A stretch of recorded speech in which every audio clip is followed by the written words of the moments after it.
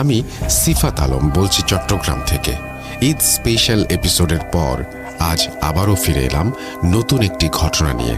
আজকের ঘটনাটি যিনি আমার সাথে শেয়ার করেছেন তাকে আমি অসংখ্য ধন্যবাদ জানাই, কেননা আমি ঘটনাটি লেখার পুরোটা সময় জুড়ে তিনি আমাকে ঘটনার গুরুত্বপূর্ণ তথ্য দিয়ে ঘটনাটি লিখতে সাহায্য করেছেন।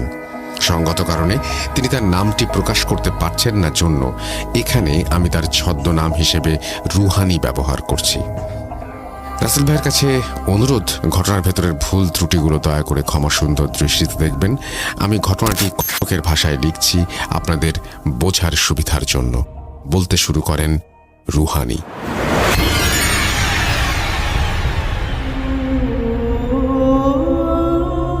ঘটনার সালটা 2009 আর ঘটনার শুরু 23 সেপ্টেম্বর। তবে আমি তখন ষষ্ঠ শ্রেণীর ছাত্র ছিলাম। ঘটনা শুরুর আগে আমার পরিবারের কিছু বিবরণ দিয়ে নেই।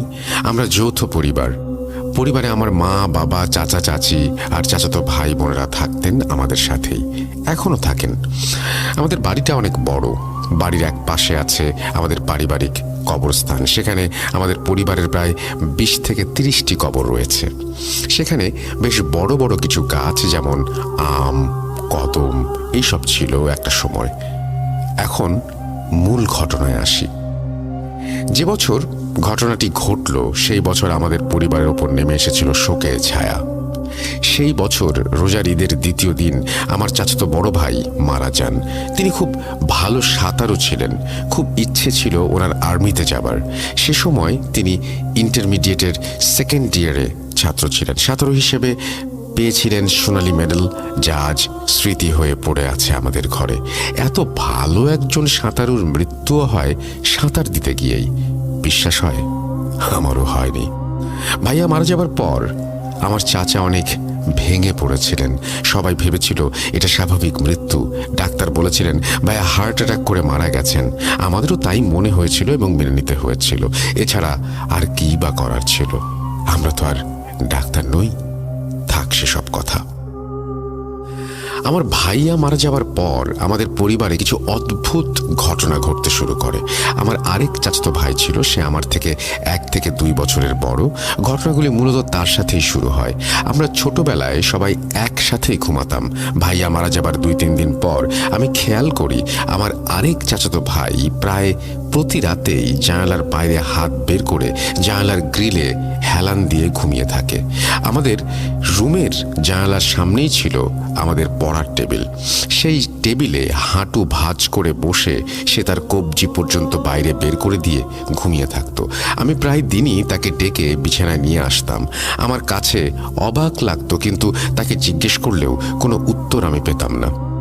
একদিন রাতে আমার মা আমাদের সবাইকে ঘুম পাড়িয়ে নিজের রুমে চলে যান। আমার আব্বু প্রায় প্রতিদিন রাতেই দোকানে যেতেন। তিনি দোকান থেকে দেরি করেই ফিরতেন। সেদিন দোকান থেকে ফিরে আমাদের রুমের সামনে দিয়ে যাবার সময় তিনি দেখেন আমাদের রুমে বিছানার নিচে কেউ একজন শুয়ে আছে। আমার বাবা ভাবেন হয়তো আমার কোনো বড় ভাইয়া এসে আমাদের রুমে শুয়েছেন।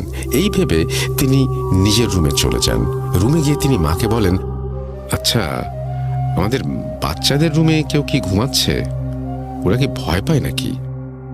উত্তরে আমার মা বললেন, কই না তো, আমি তো কিছুক্ষণ আগে ওদের ঘুম পাড়িয়ে রেখে আসলাম, তখন তো কেউ ছিল না।